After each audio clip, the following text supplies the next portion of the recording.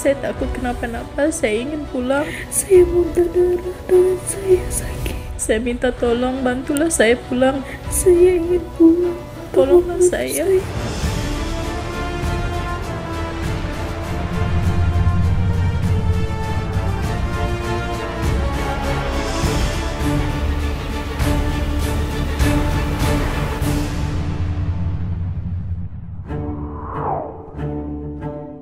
Badan Pusat Statistik mencatat pada tahun 2023, Indonesia memiliki jumlah penduduk hingga 278,7 juta jiwa. Dari jumlah tersebut, sebanyak 212,59 juta orang merupakan penduduk usia kerja 15 hingga 64 tahun. 139,85 juta diantaranya merupakan penduduk yang bekerja. Sementara 7,86 juta orang merupakan golongan pengangguran. Jumlah pengangguran yang lebih dari 7 juta orang tersebut adalah sasaran empuk bagi para mafia tindak perdagangan orang atau TPPO di tanah air. Ini yang kemudian ditangkap oleh mereka yang punya niat jelek gitu ya, punya niat buruk ya untuk memanfaatkan ini, yaitu salah satunya dengan seolah-olah membuka lapangan kerja yang ada di luar negara, di luar negeri gitu. Nah ini saya kira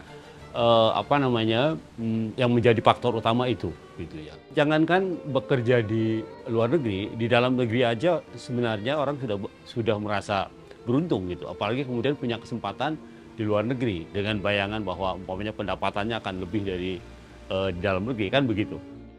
Salah satu modus yang paling sering digunakan untuk melancarkan aksi perdagangan orang adalah pekerja migran Indonesia.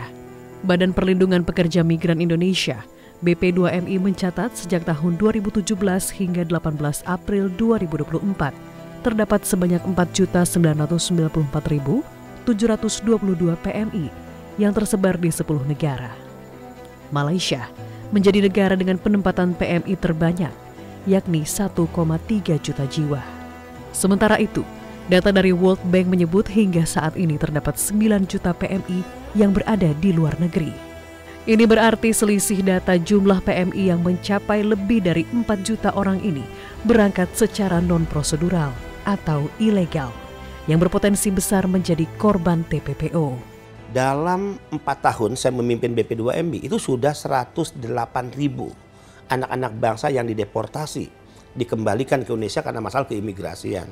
Mereka dirazia, kemudian proses hukum, dipenjarakan, masuk ke tahanan atau detensi di negara penempatan, kemudian dipulangkan.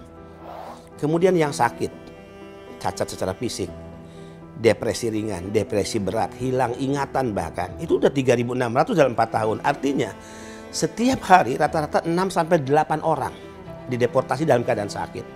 Kemudian yang meninggal ya, itu udah 2.600 lebih dalam 4 tahun.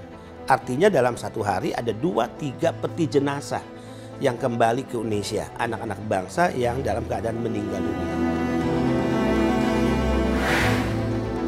Adapun para korban TPPO kerap dijerat praktik ijon rente atau jeratan utang biaya keberangkatan yang membuat para korban kesulitan untuk kembali ke tanah air. Ketika mereka berangkat tidak resmi, inilah jeratan awal yang sesungguhnya biaya-biaya yang dikeluarkan tadi itu bukan gratis. Akhirnya mereka terjebak pada praktek ijon rente dan setiap bulan dari gaji yang mereka terima ya, itu kemudian dipotong dan harus membayar uang yang dikeluarkan oleh calo dengan bunga yang sangat tinggi. Sehingga banyak pekerja ilegal mereka berangkat ya tidak akan pernah kaya karena gaji mereka habis hanya untuk membayar hutang. Seiring waktu, pekerja migran Indonesia (PMI) tak lagi menjadi satu-satunya modus perdagangan orang. Pada April 2024 lalu, publik dikagetkan dengan aksi perdagangan orang melalui modus program magang ke Jerman. Bermula dari 2 perusahaan konsultan pendidikan berinisial CV Gen dan PT SHB yang mendatangi sejumlah perguruan tinggi ternama untuk program kerjasama magang mahasiswa ke luar negeri. Setibanya di Jerman, para mahasiswa ini justru dipekerjakan sebagai buruh kasar dengan jam kerja yang tak wajar. PT CV Gen dan PT SHB disinyalir merupakan sebuah perusahaan konsultan pendidikan ternama di Indonesia. Bagaimana tidak? Sebanyak 33 perguruan tinggi terkemuka di Indonesia tertipu dengan jeratan modus perdagangan orang ini. dengan total korban mencapai 1.900 mahasiswa. Kami pun mencari tahu keberadaan dua perusahaan ini melalui layanan pemetaan daring. Namun ternyata alamat yang disematkan adalah alamat palsu. Ketika ditelusuri, yang muncul hanyalah area pergudangan dan kompleks perumahan warga.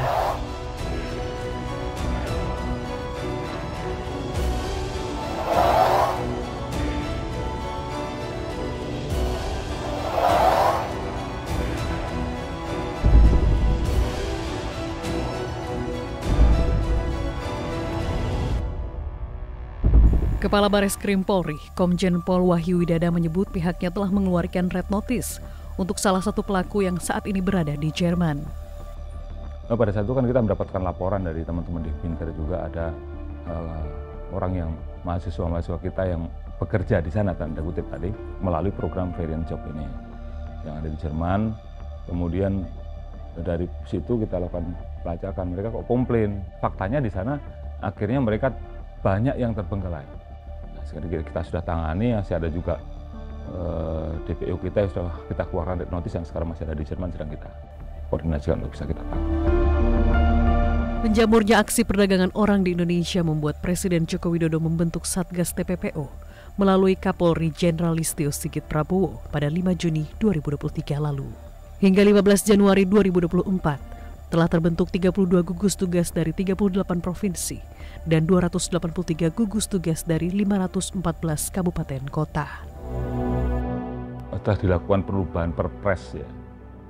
Dari Perpres nomor 69 tahun 2008 menjadi Perpres nomor 49 tahun 2023, itu terjadi beberapa perubahan khususnya dalam bidang pengorganisasian, di mana ketua harian yang tadinya dijabat oleh Menteri PPA kemudian dijabat oleh Pak Kapolri. Nah, setelah itu Pak Kapolri membuat satu satuan tugas yang ada di dalam lingkup Polri sendiri untuk penanganan TPPO ini.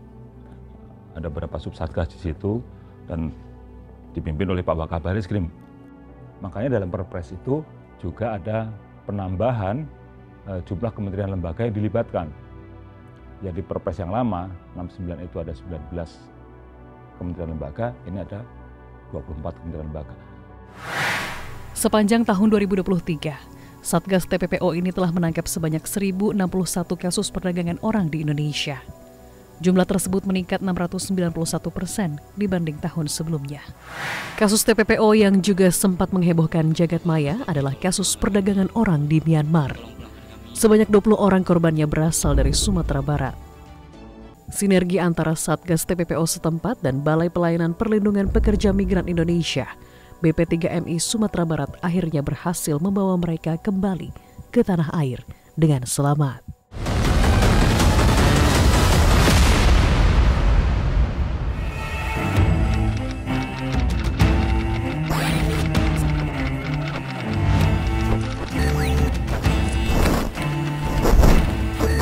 Pada Mei 2023 lalu, sebuah video yang menampilkan sebanyak 20 warga negara Indonesia viral di sosial media.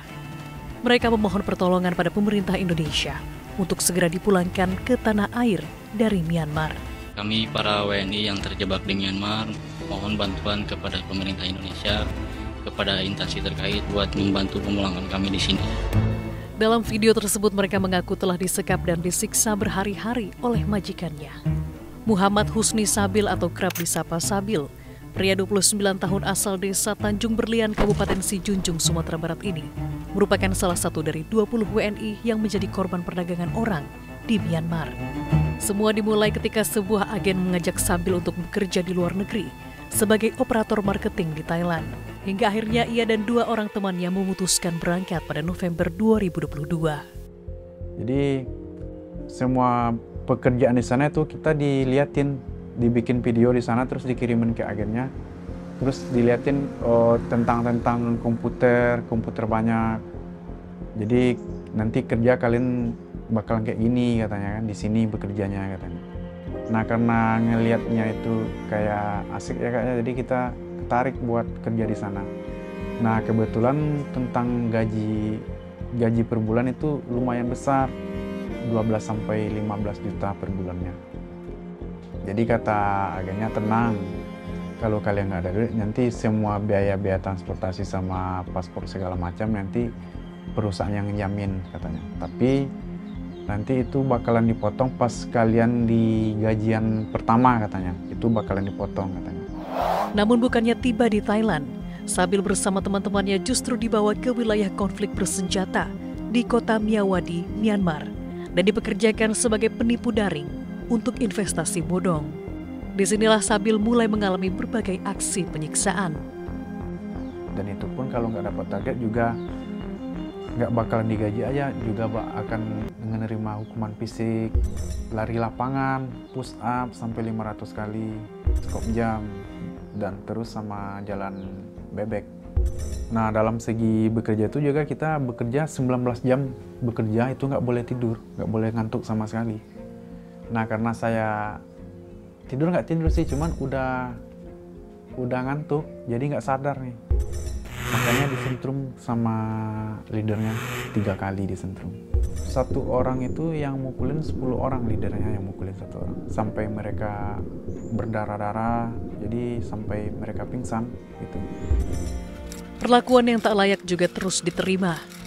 Gaji yang dijanjikan belasan juta rupiah hanya dibayarkan sebesar 3,5 juta rupiah sebanyak 2 kali selama 6 bulan bekerja. Kalian semua kena tipu katanya. Terus kita sempat berontak juga sama Mac ini. Kita pengen pulang Mac, kalau begini kita nggak mau kerja, kita pengen pulang. Kalau kalian pengen pulang, kalian harus bayar dulu 150 juta 1 orang katanya. Ya si Mac juga bilang perusahaan udah bayar ke agen mah katanya kan. Pemerintah pun saat itu segera membentuk tim untuk memulangkan mereka ke Indonesia. Hingga akhirnya pada 30 Mei 2023, Sabil dan 19 orang lainnya kembali ke tanah air dengan selamat.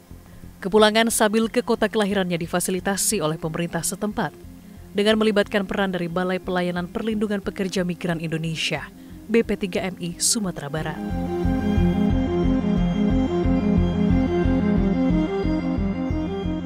Pihak Dinas Tenaga Kerja Kabupaten Sejujung menyurati kami untuk membantu memfasilitasi pemulangan warganya tersebut sesuai dengan mekanisme yang ada di Badan Perlindungan Pekerja Migran Indonesia.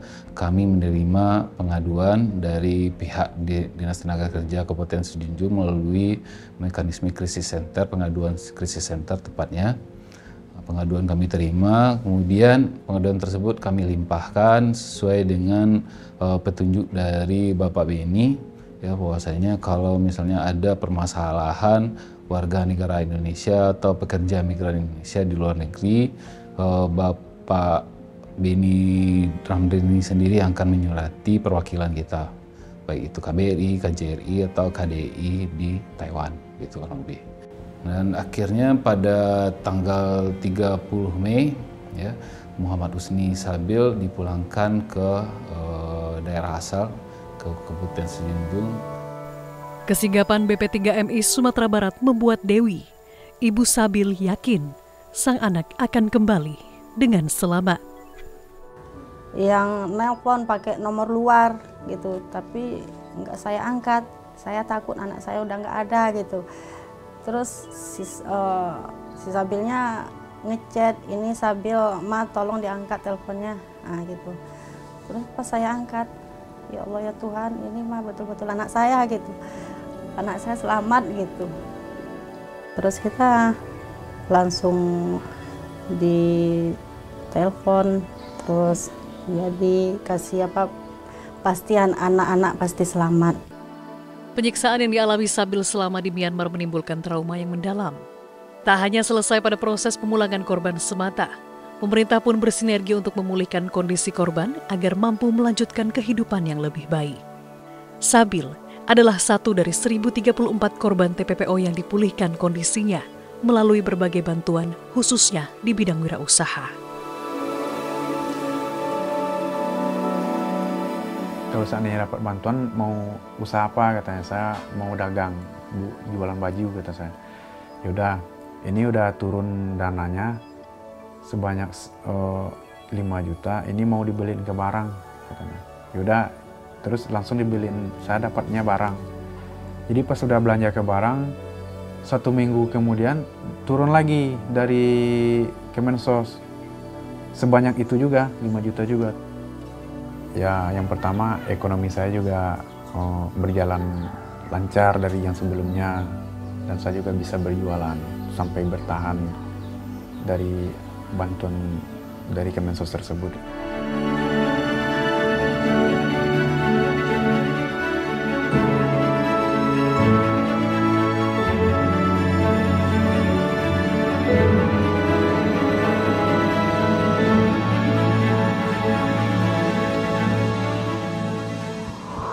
Pulau Sumatera yang berbatasan dengan sejumlah negara menjadi titik rawan terjadinya tindak pidana perdagangan orang TPPO. Masih di lokasi yang sama, Satgas TPPO Wilayah Hukum Sijunjung pada April 2024 lalu berhasil mengungkap aksi perdagangan orang yang menjebak para korbannya untuk menjadi pekerja seks komersial di Malaysia.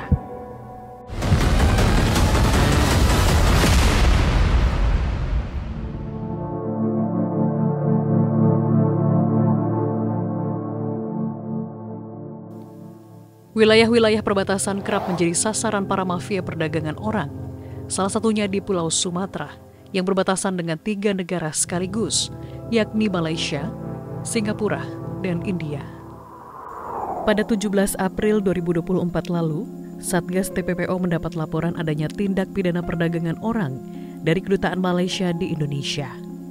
Sebanyak 6 orang yang berasal dari Sijunjung, Sumatera Barat kabur setelah ditipu dengan modus iming-iming gaji 15 juta rupiah per bulan di sebuah restoran. Satgas TPPO Wilayah Hukum Sijunjung pun segera menyusun strategi untuk mendalami kasus ini hingga meringkus pelaku. Jadi berdasarkan hasil lidik di lapangan di mana Pak Kanit posisinya? Untuk keberadaan terduga pelaku sekarang berada di rumahnya Pak, di wilayah Kota Tidung. Jadi bisa untuk kita amankan ya. Ya baik, jadi saya coba atur aja ini CB-nya nanti Mbak Polwan, mungkin nanti rekan-rekan dari Polwan bisa langsung nanti duluan karena mengingat pelaku ini jenis kelaminnya wanita, mungkin nanti bisa di depan didampingi oleh tim-tim opsional yang ada di belakang. Mungkin seperti itu. Jadi saya sedikit menjelaskan lokasi jalan ke arah pelaku, rumah pelaku. Ini jalan lintas negara kebetulan. Ini jalan lintas negara.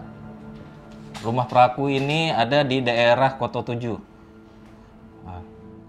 Jadi rekan-rekan bisa langsung datang melalui jalan lintas negara, kemudian nanti opsional datang lewat belakang. Mbak Polwan tentunya nanti di depan duluan, kemudian diikuti oleh rekan-rekan dari opsional. Ingat, karena kita melakukan tindakan di sini, melakukan penindakan untuk kendaraan, upayakan berada pada posisi mudah untuk dikeluarkan. Itu yang pertama. Kemudian nanti Mbak Polwan, rekan-rekan dari Polwan mencoba untuk masuk, menunjukkan sprint dan menunjukkan surat perintah, baik itu penangkapan maupun surat perintah tugas yang nanti akan kita bawa ke sana. Udah mengerti mungkin Mbak Polwannya sudah paham? Dari teman-teman opsional ada yang ingin disampaikan?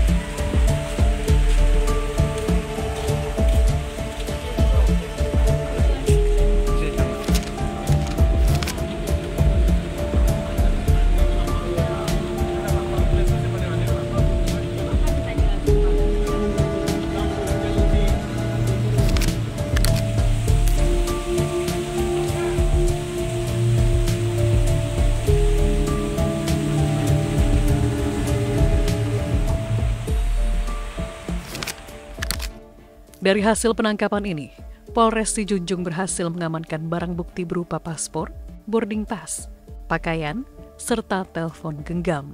2 di antaranya telah diserahkan ke Bareskrim Polri.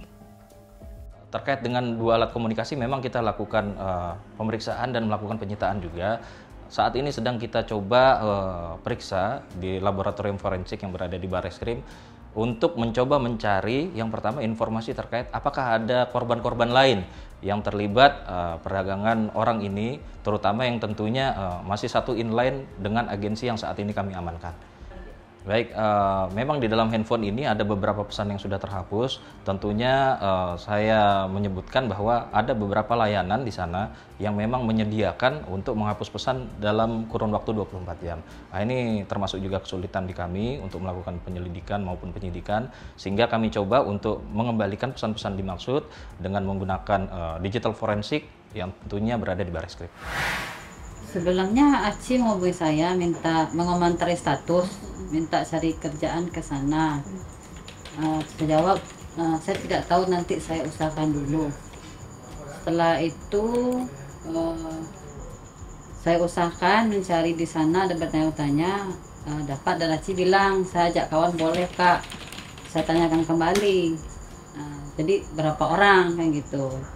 Kemudian terjadilah proses pemberangkatan mereka gitu.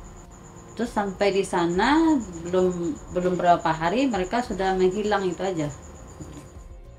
Keuntungan dari kerja malam ini apa yang Aci tawarkan? Apa seperti gajinya atau difasilitasi seperti apa selama bekerja di negara Malaysia tersebut? Karena kami tidak ada biaya untuk mengurus paspor, jadi paspor sama tiket sama biaya di dalam bentuk utang.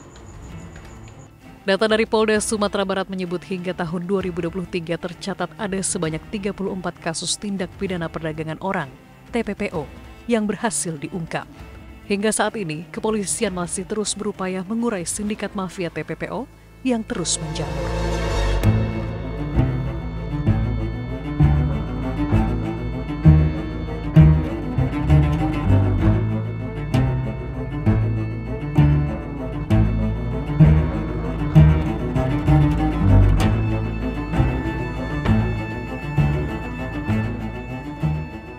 Polres Junjung terus menggencarkan sosialisasi untuk mengedukasi masyarakat terkait modus-modus perdagangan orang yang kerap menyasar wilayah perkampungan.